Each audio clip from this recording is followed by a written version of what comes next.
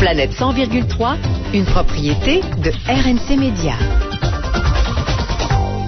On entre, dis-je, dans le dernier sprint de la campagne électorale, moins de 2 semaines à faire, et puis les différents candidats fourbissent leurs armes. Pour le candidat d'Option nationale dans Roberval, Luc-Antoine Cochon, remet en question le projet de mini-centrale sur la 11e chute de la rivière Mistassini que veut relancer notamment le chef libéral Philippe Couillard. Pour en discuter, il est au bout du fil. Luc-Antoine, bonjour. Bonjour, Louis. Ancien collègue de Planète 99.5. Oui.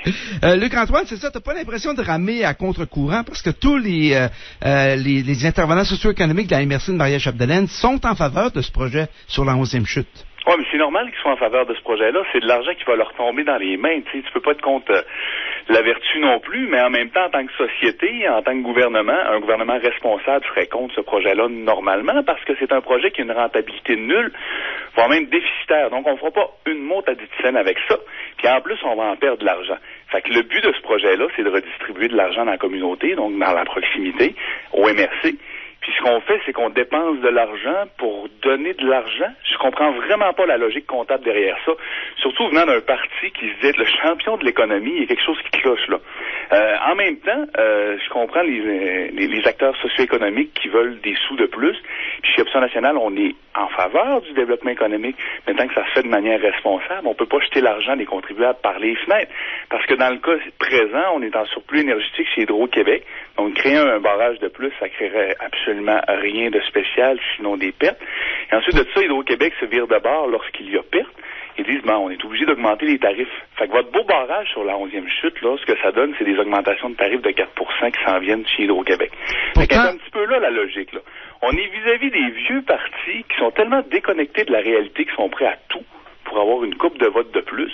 Ils vivent dans leur bulle où l'unique but, ou à tout le moins la priorité, c'est de se faire réélire, puis ça donne des projets comme ça. Mais pourtant, on va dans l'éolien, puis ça coûte encore plus cher au niveau de la production d'électricité. Ben, c'est la même démarche, tu sais, dans le coin de la Gaspésie, on nous dit c'est 5000 jobs l'éolien. Je veux bien croire que c'est 5000 jobs l'éolien, mais donnez-moi tout l'argent qu'on investit dans l'éolien, puis je vais vous en faire 10 000, moi, des jobs. Mais, tu sais, il y a une logique qui fonctionne pas. C'est comme si on paierait du monde pour travailler, dans le fond. Le gouvernement sort de l'argent de ses poches pour payer du monde à travailler, puis ça coûte de l'argent. C'est pas du développement, ça. Ça, on appelle ça du bien-être social. Je trouve ça, c'est triste à dire, mais c'est ça pareil. À un moment donné, il faut appeler les choses comme elles le sont. Fait que si on veut du monde qui sont capables de développer des projets, votons pas pour ces gens-là, parce qu'on va n'importe où avec ça, là. Je veux pas sortir ma cassette des gens qui sont pas bons ou qui sont pas capables, mais là, il y a vraiment une évidence, là. C'est non rentable. Mais ça, c'est des projets qu'on paye au bout du compte en tant que contribuable, en tant qu'utilisateur d'hydroélectricité. Mais ceci dit, le barrage sur la 11e chute, ça rapporterait des dividendes à la MRC pour faire de la diversification économique. Comment on fait pour procurer de l'argent ces gens aux élus pour qu'ils puissent diversifier l'économie? Parce que c'est mono-industriel à Dolbeau-Mistassini, là. Ah oui, je comprends que c'est difficile, là. Mais écoutez, quitte à prendre de l'argent d'Hydro-Québec pour construire le barrage, puis ensuite redonner de l'argent sur des dividendes, moi, ce que je propose, c'est tout simplement signer un chèque de la valeur des dividendes. Fait que comme ça, on brise pas un écosystème, puis on gaspille pas des millions à bâtir un barrage pour absolument rien. Pourtant, mais sinon... Pourtant, on dit que l'État manque de revenus, puis là, tu vas faire des dépenses. Non, mais je dis ça comme ça, là. Je suis la logique des fameux là, qui veulent poursuivre dans le barrage de la 11e chute. Mais dans le fond, nous, chez Option nationale, ce qu'on met, c'est la décentralisation des régions. Donc, le fonctionnariat qui est concentré dans la capitale nationale à Québec, ce qu'on voudrait, c'est le ramener un petit peu partout au Québec. Donc, ici, par exemple, à Dolbeau-Mistassini, on pourrait créer le ministère de l'Éducation.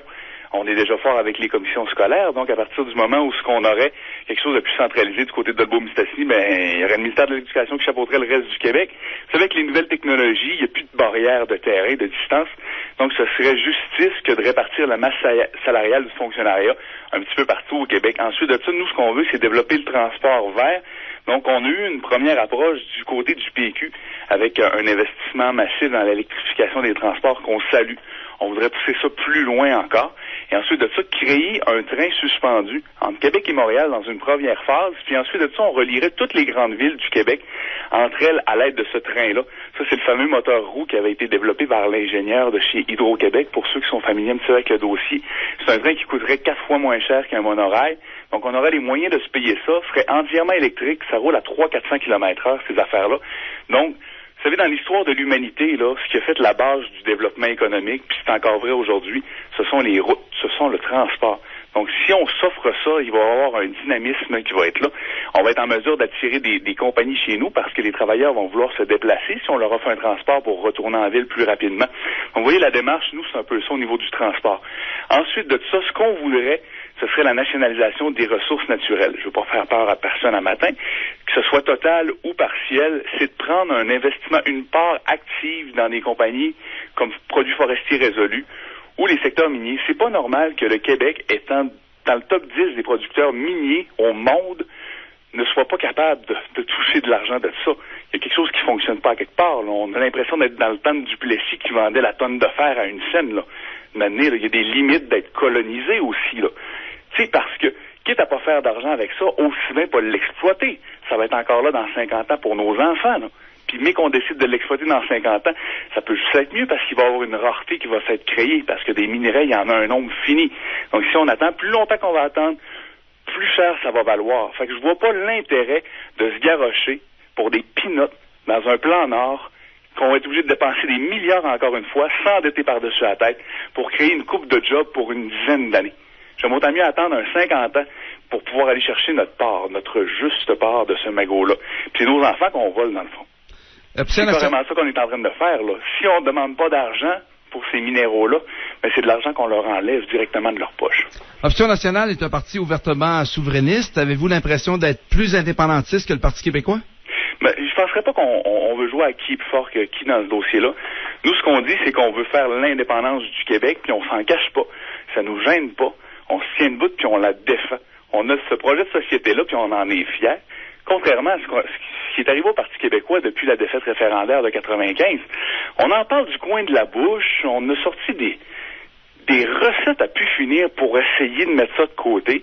Le moment opportun, là, qui fait partie de la plateforme du Parti québécois, qui est dans l'article 1, on va attendre le moment opportun avant de faire l'indépendance du Québec. Mais excusez-moi, mais le moment opportun, là, il tombera pas du ciel. Faut le créer, ce moment opportun-là. C'est ça qu'Option nationale s'engage à faire. Nous, on veut faire la pédagogie de l'indépendance du Québec. Sur la place publique, en ce moment, il se dit tellement des énormités. Il n'y a plus personne qui défend l'indépendance du Québec. Le parti souverainiste traditionnel, qui est le PQ, n'est même plus capable d'avoir un discours de fierté, ou à tout le moins de défendre l'idée. Donc, à partir de ce moment-là, c'est à nous de faire le travail. On s'est rendu compte que s'ils sont pas capables de le faire, ben on va le faire nous-mêmes. Ce que Denis Trottier répétait souvent lorsqu'il était dans l'opposition, moi je m'en souviens, quand j'étais à la radio de Planète 99.5 à Robertval, Denis Trottier nous sortait toujours, si vous n'êtes pas capable de le faire, tassez-vous de là, on va le faire à votre place. Mais c'est ça que je dis aujourd'hui à Denis Trottier. Si vous n'êtes pas capable de le faire, ben tassez-vous, parce que nous autres, on va être capable de le faire. En une minute, en quoi ce serait mieux pour un Québec d'être indépendant? C'est 2 milliards de plus par année dans nos poches. Directement. Ça, c'est une étude comptable qui a été faite par Stéphane Gobeil, l'éditeur de l'Actualité, dans un livre qui s'appelle Un gouvernement de trop. Il a vérifié tous les postes budgétaires du fédéral, puis l'argent qu'il investissait ici. Là-dedans, on a inclus les transferts et la péréquation. Donc, vraiment pas forcé, avec une étude comptable rigoureuse, on sort un 2 milliards de plus dans nos poches demain matin. Ça, c'est une... Regardez, économiquement, on est gagnant. Fait qu'imaginez culturellement, identitairement, on serait capable de décider de toutes nos propres affaires. C'est qui est mieux placé que nous-mêmes pour savoir ce qui est bon pour nous-mêmes? C'est ce que j'ai à dire là-dessus. Luc-Antoine Cochon, candidat dans Robertval pour Option nationale. Merci et bonne chance pour le 7 avril.